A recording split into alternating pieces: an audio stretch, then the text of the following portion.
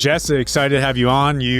I see your stuff all over social. It's like differentiated, well done. Like you have these cool diagrams that do such a good job of visualizing complex ideas and speak to that in a great way. Like we'll share it in the show notes. I'll quickly share for people listening on YouTube. But this is an example of a diagram that I thought was really well done and is like your brand, I'd say. So I'd love to start there. Like, what was your thought process here? How do you think about these diagrams? Are you using them with clients? Like, first, thanks for having me because I think you're amazing, truly. Of all the people to follow on the internet, I think Ross is an incredible thought leader and knows his stuff. And I've been following you for ages and ages and ages. So that's just my one pitch. And then thank you for saying that. We started like almost a year and a half ago, 2 years, and wanted to do something different as far as like promoting what we were doing because I work with a co-founder now. I was a freelancer for a good like 5-ish years. But at a certain point, it's nice to have help. Sure. So it was his kind of strategy, and we've been executing on that. So we kind of do two different ways. Is number one is like the ones that you just showed, and those are more speaking to like our ideal customer profile, right? Are speaking to the CMOs who kind of need what you and I are selling, and kind of like speaking to them in their language and fitting that into what they would need us to do for them. Right. So, and it is our process too, but it's just kind of explaining it also, showing you what's behind the gate, you know? And giving them a little bit of an intro instead of like, oh, here's a 45-minute thing of how we work together and do all these things, because nobody's going to watch that. So it's kind of bringing them into the company before they're even signed on. Yeah. Oh, yeah, that's true. You kind of have a clear point of view and it explains it well. And they're always kind of very detailed in how you can imagine bookmarking these things. Well, so much of social is just passing. 100%. Yeah. And we've had a whole bunch of people who like bookmark these and they use them in the back end. And we were even going to run a course at one point, but then versus the client work, it became too much. So like, we're still just consultants at the end of the day. It's balancing your time and effort to make sure that it's something that you want to put out. So these are pretty evergreen, I think, and you can use them endlessly. So we're still kind of figuring out the long-term strategy for them, but they're really like a fishing rod at the end of the day. Yeah, good content marketing. Yeah, they're using what we're trying to sell and selling it in the best way possible is what we think. And we're using Whimsical. So Whimsical, if you're out there, we're still waiting for our free trial. They're wonderful, and I love talking to them, and they've shouted us out a bunch of times. And I think they're awesome. I think it's a great tool to use for this kind of stuff. Okay, nice. Yeah. Yeah. So one of the diagrams I saw, and I briefly just brought it up there, that I thought specifically was worth talking to, and maybe just to say it out loud and correct me if I'm wrong, like you really do specialize in SaaS. Right. Seems like you got a lot of SaaS focus on these. And one of your models I've seen you reference a few times is the revenue-led SEO model. Could you speak to that? What is that philosophy?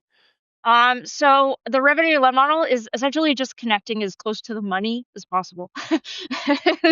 Truly, at the end of the day, like everybody loves a hockey stick graph that goes up to the right. Like we've all worked in SaaS for long enough that that's what it is. So most of our clients use that in their tracking, right? Like we have a client that still uses traffic as their core metric, and we're trying to like move them away from doing that. Because literally Ahrefs published something that was like within the last day or two that said AI overviews will reduce clicks by 34.5%, which just feels terrifying to me. As an initial like, oh my God. But like that's just one thing that's happening right now, right? Never mind the other things that are all happening with the LLMs and the AI search and all the other things that are going to reduce the amount of traffic that are going to your sites. So I think traffic is just a garbage metric to use overall right now. So we try to get as close to the money as possible, whether that be like whatever your core metric is of like month over month metrics, you know, like goals, whether that be book a demo or whatever those things are. Because the person that we still have that's tracking traffic, their traffic is decreasing month over month and week over week, but their conversions aren't decreasing. So to me, as an SEO, that makes me feel like the content is resonating to the people that it needs to be resonating with. It's just the other people who are out there squirrelifying and getting distracted by all the other things are like squirrel, literally squirrel. How do you find? I don't know. You have I mean, you gave that interesting 30% decline metric from Ahrefs, and there's been a rough talk of like the possibility exists to have traffic or revenue up now and traffic down. I don't know if that's actually feasible, but like close to that ideal maybe is more possible than it used to be. Do Right. you find? I mean, it sounds like you take a great revenue led approach. Like, is there, if clients are seeing a 20%, 15% decline, or I'm sure you're helping them fight it off in a good way, like, Yeah. do you have an approximate shift of like what that revenue change has also been? And it's okay to be down for people. I'm sure it is for many. Yeah, and I think unfortunately that is, especially in Yeah. SaaS, right? Like, Yeah. and one of those graphs you showed was us talking about top of funnel content, which is I think where a lot of that's getting chucked off, right? Like Right. you're not going to be able to answer what is SaaS better than an AI is going to be able to answer that at this point, unfortunately. Yeah. Makes sense. It's like what is queries or just get garbage. So for that reason, I think it's not. That's where we see a lot of it going down. In without specific examples and sharing client data and stuff is where I see a lot of it going down. And then we try to shift into like thinking about different content that they can think about instead of just like blogs. Yeah. Right? Yeah. Like, I saw on that original graph I showed, um, and maybe there were some other graphs as well. It almost seemed like you had a good way of framing individual KPIs per blog post. Am I stating that correctly? Is that, or maybe not blog posts to what you just said, blogs. Maybe not everything is that. Do you have like this segmented approach, or did I read that incorrectly? Yeah. we try to segment things into like, just because I hate using the word blogs at this point, and hate is a strong word, but I will use that. Is just because like we see so many people who have like, especially consultants like us and like you probably and like around the world, like you sign up with a client and they're like, okay, you're gonna make me 5 blog posts a month. And that just turns into this amorphous blob of like, cool, you're executing on this. But really, what's the value behind that? Like, okay, I'm getting 5 blog posts, but what does that mean? So we try to make sure that whatever that means gets backwards into that revenue led thing. So I'm just not making a blog post just to make a blog post. It's sometimes those end up being like 3 blog posts and maybe like some deep research into some other topic, or like, can we use that instead of 3 blog posts? Then it's ends up being like a programmatic play if it ends up going that way. Or maybe we make a white paper, or maybe we make another page that targets an industry that you guys haven't really sketched out or something, you know? Like, I just find those KPIs to be like all over the place. And as long as we're connected to like talking to product and talking to sales and talking to like customer people or anybody who knows the pain points that we're talking to, then that turns into a more richer conversation, if that makes sense. It does. So, yeah, when people come in the door from you and they're just like, we want blog posts, that is not going to lead most optimally to revenue No. always. So that decision tree is a lot better when you think in that way. I agree with that for sure. Yeah. And then you start thinking about different metrics that go along with that. Then traffic isn't always your first thing to do, right? Like then you start thinking about how many people have clicked on maybe your CTAs, or what kind of CTAs you're going to put in your content to make sure that people engage with it longer. Because those AI overviews are going to take so much of your stuff directly from the SERPs, because Google loves to take things from us. Yeah. Google giveth and Google taketh away. Then we just want the right people to end up in the right spots, or at least ideally in the right spots, given all the options that we have available to us. Makes sense. So in that model, which I like, what are those common places you find yourself starting with these clients? Like, where do they most commonly have the gaps of where you'll spend your time? My favorite one that we like to do is talk to sales. Yeah. Which is, I don't know if that's common or not, but I love to talk to sales. And I love to see because everybody has an AI note taker that's taking any conversation anywhere at this point. So give me all of those conversations, please. Like Niagara Falls, please give me any of those conversations, because the people who are sales who are talking to your prospects, I feel like is the most valuable conversations that you can have with people, because they're going to talk about your pain points, like anything that they're feeling that sales isn't solving at the moment. They're able to answer or bring up any questions that you might not have had on your website that your website could be solving. They're able to talk about anything that they're feeling that's kind of like a rock and a hard place that they're in, anything that's in the way. And then we take all that content and then we anonymize it, because I'm scared of AI at this point. And then we throw it into AI to help us get better content out of it. Like, what can we do with this content? And how can we use all this content to make better content out of that? And that stuff isn't keyword driven ever. But I feel like it's more valuable in some places than keyword research. Yeah, agreed. Yeah. Because you're actually solving a problem that maybe they hadn't connected to before. Agreed. And then surfacing that up on the website, either with content or videos or whatever slicing and dicing that you need to do with that. A version of what you said there that we've done that I've found fruitful is just we have so many form submits on our website. And if you just if you feel comfortable giving that to AI, which again is up to your comfort level, you'd be like, here's all this information our prospects are clearly showing pain points behind. What should we create content for against that? Same idea. Vein. Yeah. It's so helpful, right? And I think AI, the one thing AI is good at right now is taking it that step further. Because how long would that have taken you to do before AI, right? You would have had to have somebody squirrel through all that and dig through all that, and it's probably be an intern. Yeah. Who's you're paying not really ideally, and they're getting distracted by their Spotify Facebook or whatever. Yeah. So now you're having somebody who, well, not somebody. Gosh, now I'm humanizing it. Now you're having a machine dig through all of it that works like somebody was working next to you. Right. Nice. So I saw some of your diagram. I mean, I think maybe you answered the question. Do you ever actually do customer interviews for your clients, or is that sort of through the lens of sales, or are there any tools, if so, if you do that? We just do mostly sales interviews kind of stuff is the big one that we try to do, because that's where we can start with. Less customer, because we try to talk to prospects over customers. So we do a lot of that. And then depending on the height of the SaaS, we'll try to get Gong, any of the Gong stuff that they have going on. Because Gong's the go-to for all these sales guys, and it does all kinds of intelligence to begin with. But it does have kind of a high price point for some of those tech companies that we work with. So I'll take anything at this point. Yeah. I'll take your otters. I'll take your whatever AI notebook you're using. My favorite right now is one called Granola AI. Huge fan. And Lenny's notebook, or Lenny's podcast that he has a group buy right now going on, and he is including Granola in it. So I love them.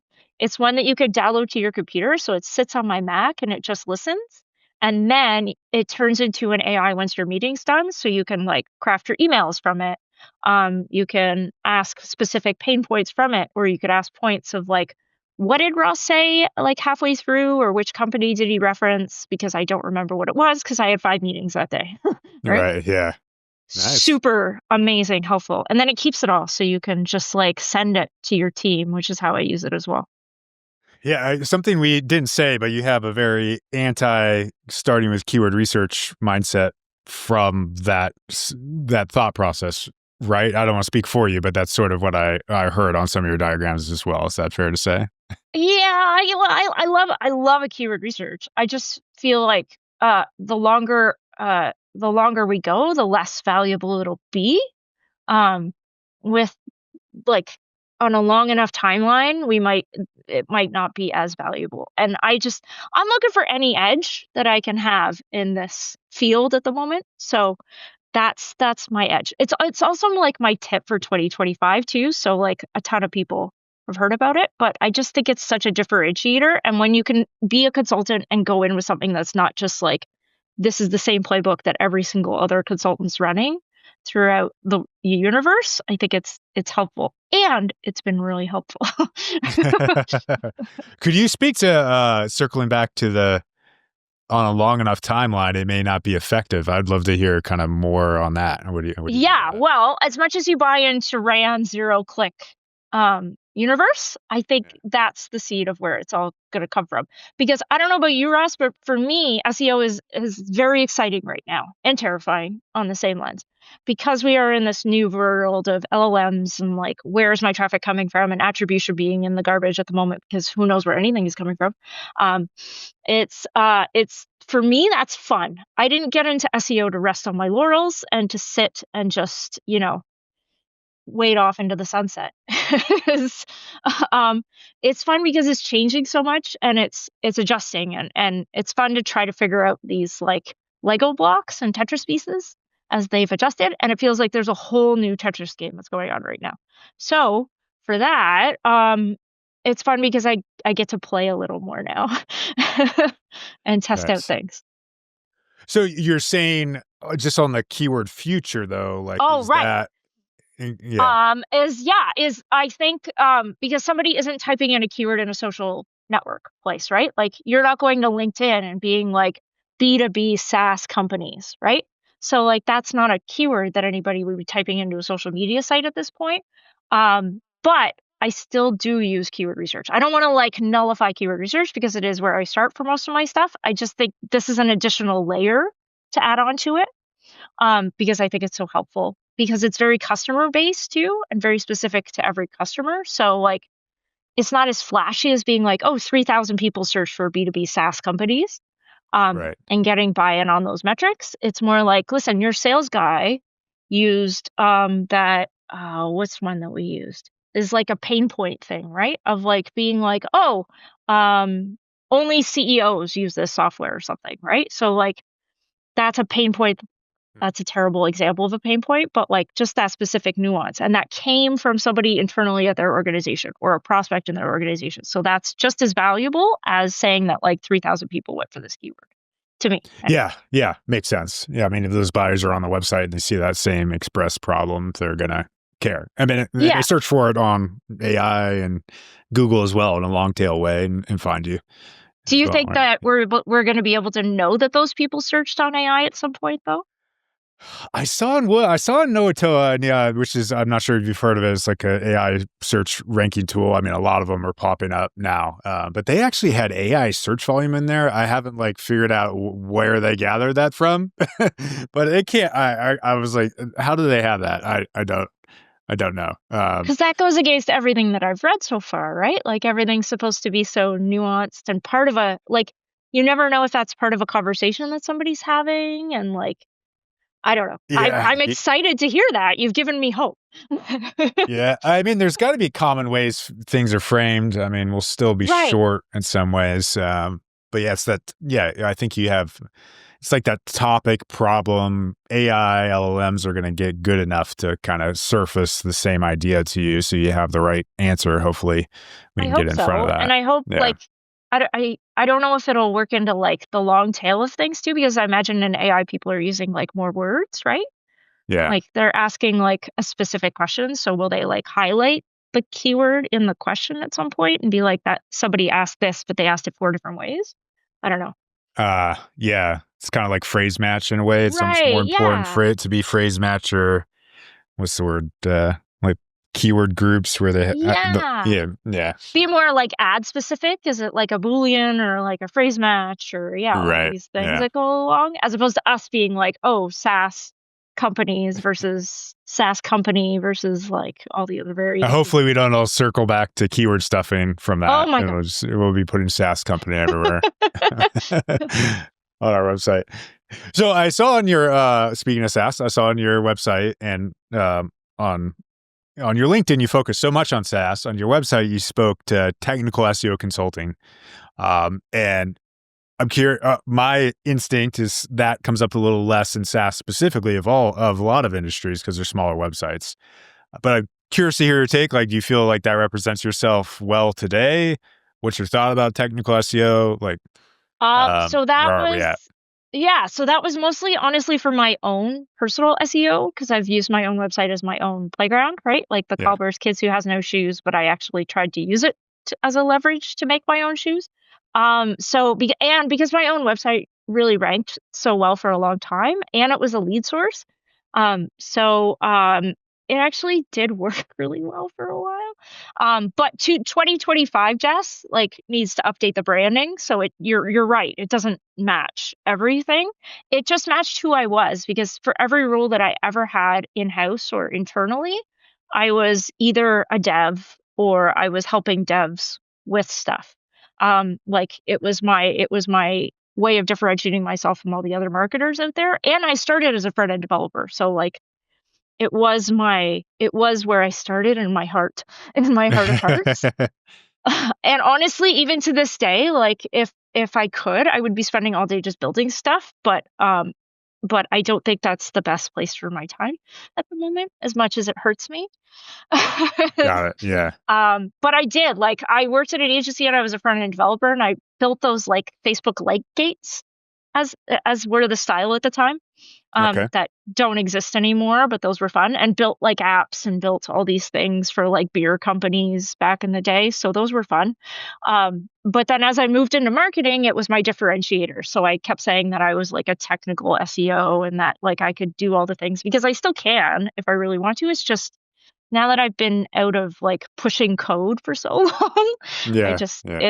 it's not as fresh in the mind as it used to be. Beyond your like personal positioning, do you feel like it's less prominent now, or it's as powerful and needed as ever, or like what's your personal point of view? I think it's useful to a point. I don't think it's something that you need to sign up for consistently. Um, Especially on a long enough term, you don't have to. And I know you had Eli on here a couple weeks ago, and I know he's like technical SEO can go away. I don't agree with that. I don't agree with that. The internet is changing and the internet is shifting, and with so many people out there vibe coding, you're making so many things that are gonna break. Yeah. So, I think it has a time and a place, but I don't think you need to like consistently sign up for it. It's just as like can Google read your site? Can they crawl your site? Is there anything blocking Google or any other LLM at this point from reading and crawling your site? Because as I understand, LLMs can't read JavaScript. I don't know for sure. I don't I know haven't for sure tested that either, but that's what I've read. So that's on my list of new fun things that we get to learn. yet. And if it can't, then that's a whole new fun part of SEO too, right? Like, or whatever we're calling ourselves these days, or in this new branding of whatever SEOs are calling, which is a whole new fun thing as well. Yeah. Um, Yeah. are we GEO today, Ross, or are we? I'll just sigh, Yeah, okay, I fair. think. No, I it think makes, yeah, go ahead. Go. I think we've spent like 10 years working our butts off to get SEO in and to get like that to be a brand. And I think it would be amiss for us to just be like and Yeah. throw it away. But I do agree that it doesn't hold true to the things that we should be doing in the future. But like, anyway, that's a whole different show. Yeah, no, I mean, that's a good take that, I mean, there's a whole new world of new technical problems that at least in an intermediate term from the many issues that AI will 100%. create. It's a positive thing in many ways, but we all see the many errors that it's littered with as Right? well. And there's all these like AI coding software things now. So like all these things are going to get pushed to the web, and somebody's going to have to make sure they work. Somebody's going to have to keep up the code. Somebody's going to Right. have to keep this rolling. So like I think it's just creating a whole new level of fun for us to dig through on a certain Nice. level. Yeah. Another thing that one of your diagrams remind me of, I saw it a few times, and maybe it's common for many people, but Bill Swalski, who I'm sure you know, rest in peace, great guy, dug into the patents for us. And one of my like I reference it like once a month still. He pulled up the reasonable surfer patent. More likely you are to click something, more likely it is to be valued. I always reference that for like the top nav in body links, but you took it another step, which I didn't like. It reminded me of you should try to put extra focus on what that first link is. Is that something consistent you've done? Have you ever tested that? Maybe speak to that a little. Sure. I think you're 100% on, honestly, and I agree with you on every part of that. And I miss Bill to this day. I wish we had his insights on LLMs today. I would love to hear what he thought, honestly. But yeah, I think it's we've never really tested the first link specifically, but I'm a hardcore fan of like links, especially in the first paragraph. If we can get something in there, I love I love an internal link. Internal links are where we're getting the most value out of SEO today. Yeah. Truly, is build out your clusters, internally link them properly, make sure everybody's happy throughout the universe, and soar to freedom is, is the TLDR of it. So yeah, wherever I can get an internal link is a happy time. And if it's the first one, like I'm getting on. Yeah, we do a lot of it in our in those diagrams. We did a lot of breadcrumbs too. So we've kind of stolen the thing from ecom. And I love a breadcrumb. I just eat up a breadcrumb all day, especially if you have like a site that has a lot of folder structures in it. I get lost. I don't know about you, but I get lost easily in websites. So I always like to have something that like shows me to the other side. I don't know if Google would consider that a first link on the page too, I guess, depending on like where you put that in your content. So I love a breadcrumb all day. Nice. Yeah, breadcrumbs are great. You made me think that I think Screaming Frog does this. Maybe they don't. Like the natural recommendation we'll make is like you want a shallow site structure, like Right. low clicks. But there's also like another dimension to that of like where within that click depth are you located on the page. 100%. It's like a 3D diagram in my head. I don't know what that is. I don't know if you have any way of representing that ever. I don't, but I would love to try. That is a thought. That is something that I will noodle on for hours after this. So thank you for at least for that.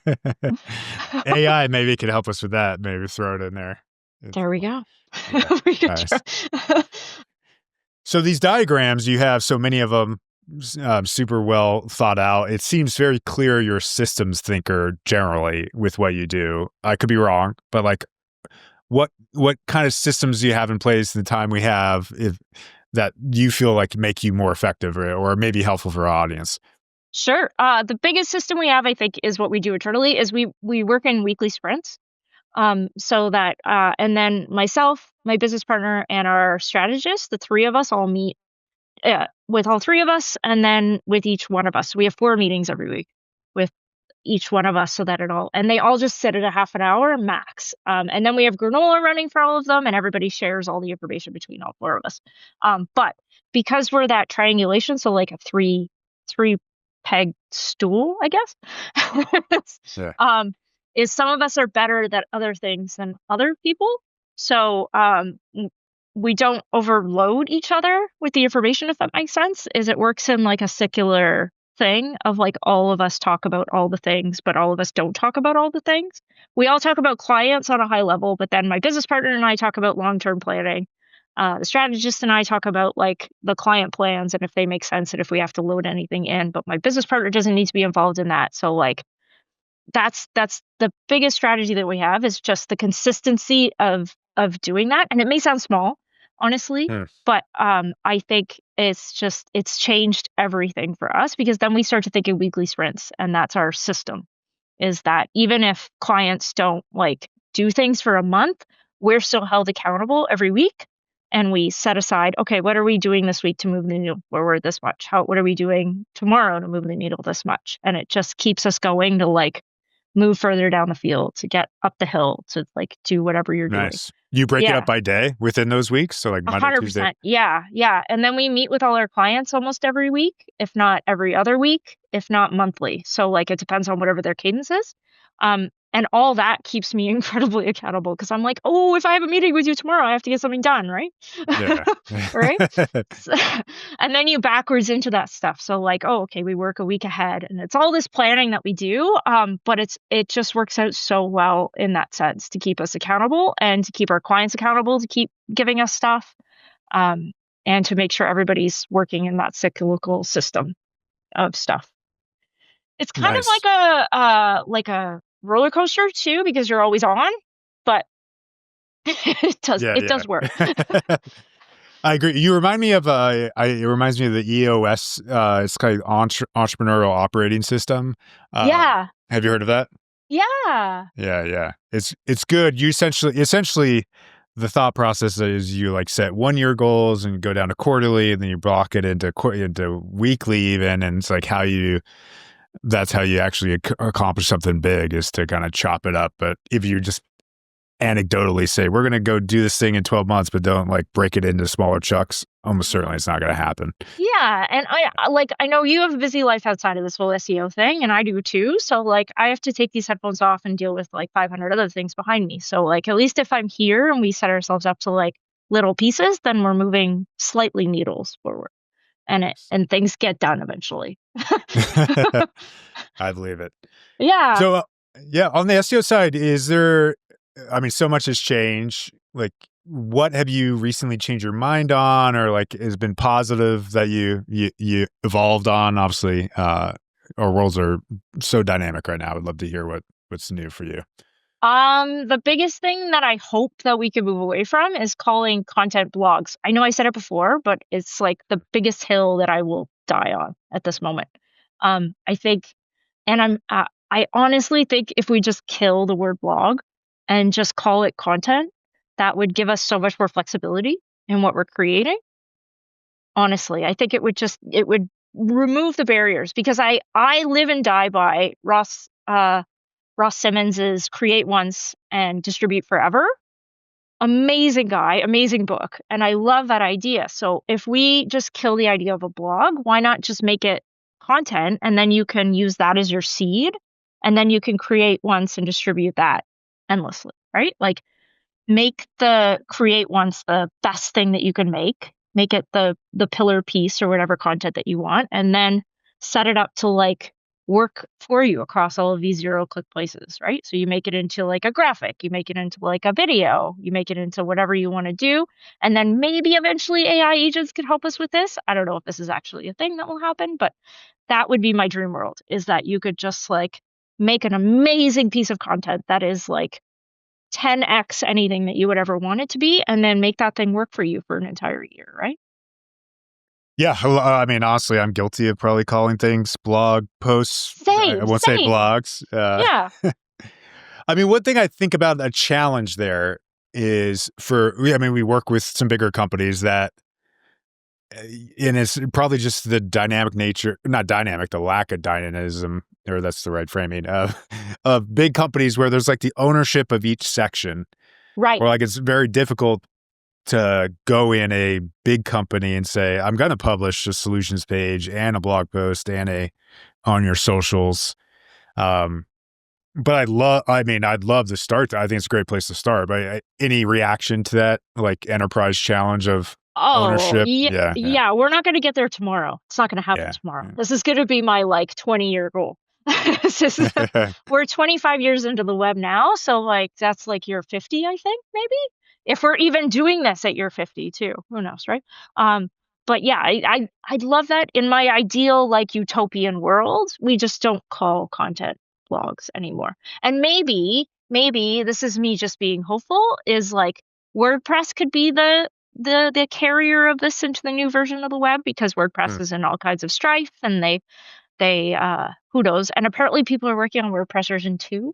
So Wow. if we took out that word from all of the lexicon, then maybe that would help us move into a better Yeah. I mean, you spoke so clearly to the fact that the top funnel search is like getting really eaten into in a lot of ways. So that the association with blog is like a positive vehicle for businesses is gonna like slowly it's not going to be a positive word. So maybe we're going to be set up to go there at some point. I'm not maybe, sure. yeah. And like maybe I'm just I'm wrecking myself by saying this, but I don't know. It's just my ideal of a utopian world. And I love a blog too, don't get me wrong. Like Yeah. I love a blog, but I just feel like its place right now in the weird version of the internet we're in is less useful. Yeah, I agree. I think that's a good take. So, Jess, yeah, I mean, I think I hopefully teed it up pretty nicely. Everyone should follow you on LinkedIn, on X. Anywhere else people should find you or go check out your stuff? I love a new social network, so I'm on like the Blue Skies too. If you really enjoy those places, yeah. I was in Mastodon for a while as well. But yeah, I'm on everything. I'm an SEO, so I sign up for everything. Nice. Well, great. Thank you, Jess. This is fun. Appreciate you coming on. Thank you so much, Ross.